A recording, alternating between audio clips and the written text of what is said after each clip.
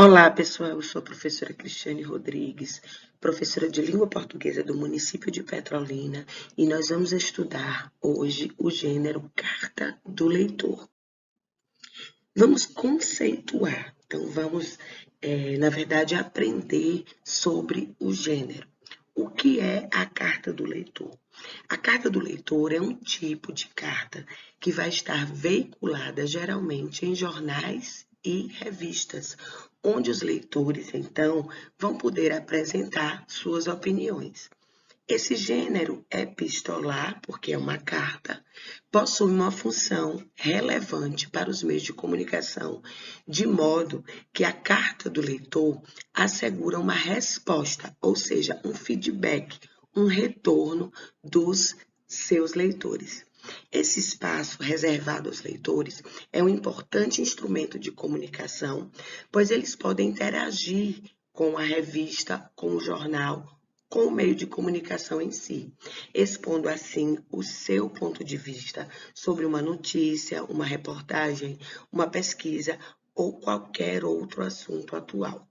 Então, dessa forma, as opiniões, sugestões, críticas, as perguntas, elogios e até reclamação dos leitores são publicadas e podem ser visualizadas por qualquer indivíduo.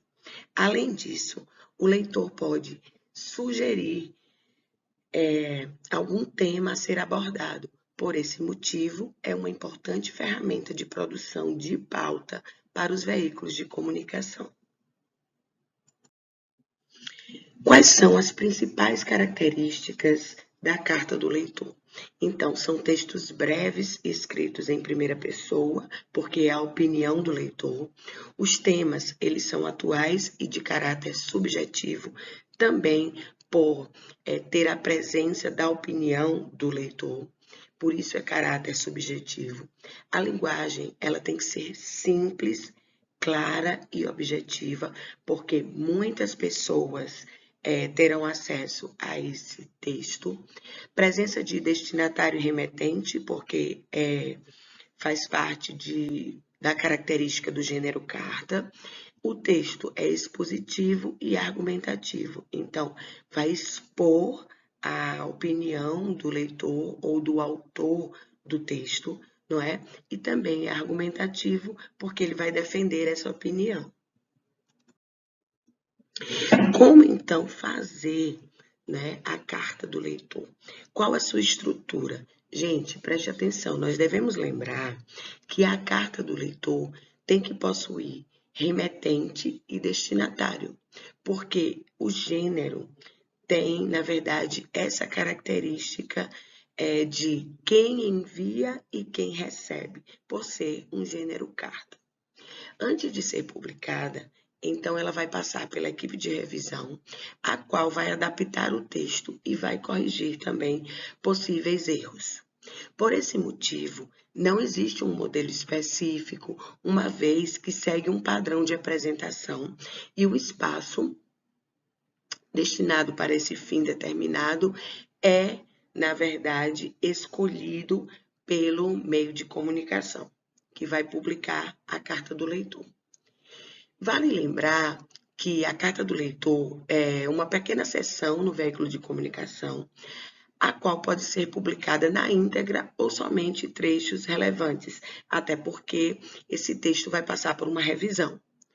Como será publicada, as expressões de baixo calão, as gírias, as posições preconceituosas, desrespeitosas, não devem ser pronunciadas. Além disso, o leitor deve evitar expressões populares, como eu já falei, né? Gírias, vícios de linguagem, apresentando o seu texto em uma linguagem formal, ou seja, que segue a norma padrão ou a norma culta da língua portuguesa. Importante destacar, gente, que de acordo com o público, a linguagem também pode ser mais descontraída. Por exemplo, se for uma revista para adolescentes ou até um público infantil. Geralmente, as cartas dos leitores, elas não seguem uma estrutura padrão. No entanto, deve apresentar alguns elementos estruturais, ainda falando da estrutura do gênero. Então, eu tenho aqui o vocativo, que vai aparecer o nome da revista ou do jornal, e pode ser acompanhado de local e data.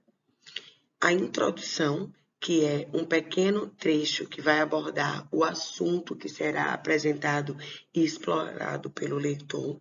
Temos, então, o desenvolvimento, que é aqui onde vai se desenvolver a argumentação do leitor sobre a ideia central. E a conclusão, né? Na conclusão, o leitor vai arrematar as suas ideias e, geralmente, ele inclui aqui na conclusão uma sugestão para o assunto abordado, ou uma sugestão para uma futura reportagem ou notícia sobre um tema que ele deseja ver publicado. Depois tem a despedida, onde vai apresentar as saudações finais do leitor, por exemplo, com alguns termos, atenciosamente, cordialmente, abraços e etc. E, por fim, a assinatura. Então, o leitor assina seu nome, o qual pode aparecer em forma de sigla, por exemplo, Afonso Miguel Pereira dos Santos, AMPS. Vamos ver aqui, gente, 2 exemplos de carta do leitor. Então, para compreender melhor o conceito do leitor, nós vamos ver onde o primeiro exemplo apresenta uma linguagem formal e o segundo uma linguagem informal por conta do público. Vamos lá? No exemplo 1, nós temos aqui São Paulo, 12 de dezembro de 2013. Caros editores da revista Viagem e Lazer.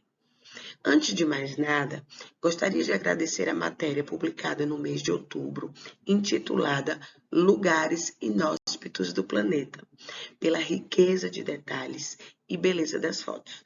Após ler a matéria, fiz uma lista dos locais que me interessam conhecer, uma vez que sou antropólogo e um grande viajante explorador de lugares. Quanto a isso, tenho uma sugestão para o próximo mês, a inclusão de uma matéria sobre as ilhas Fiji. Estive ali durante 2 anos da minha vida e pude contemplar belezas naturais estonteantes. Parabéns pelo trabalho, agradeço a atenção, João Ribeiro dos Santos. Vamos ver aqui o exemplo 2, numa linguagem mais informal, por conta do público-alvo. Rio de Janeiro, 15 de setembro de 2012. Olá, pessoal da revista Teen Feminina. Meu nome é Gisele e tenho 14 anos. Adorei a matéria sobre o primeiro beijo e gostaria de sugerir uma nova matéria sobre namoro na adolescência. Sou fã da revista, compro todo mês. Além dessas matérias importantes na adolescência, adoro a seção de modas e acessórios. Já pensaram em ter um espaço para reciclagem de artigos de moda? Tenho feito algumas adaptações nas roupas e acessórios que tenho no guarda-roupa e tem sido um sucesso com a galera. Abraços, até a próxima semana, Gisele Matias Albuquerque. Perceba que nos 2 exemplos nós temos o mesmo gênero. No primeiro exemplo, nós vemos uma linguagem mais formal e no segundo exemplo, uma linguagem mais informal, mais, na verdade, solta, né? Mais informal, uma linguagem mais coloquial, uma linguagem do dia a dia, porque o segundo exemplo tem um público de adolescentes, tá certo, gente? Eu espero que vocês tenham gostado da aula. Nós vamos ficando aqui com a nossa aula de língua portuguesa e até a próxima aula.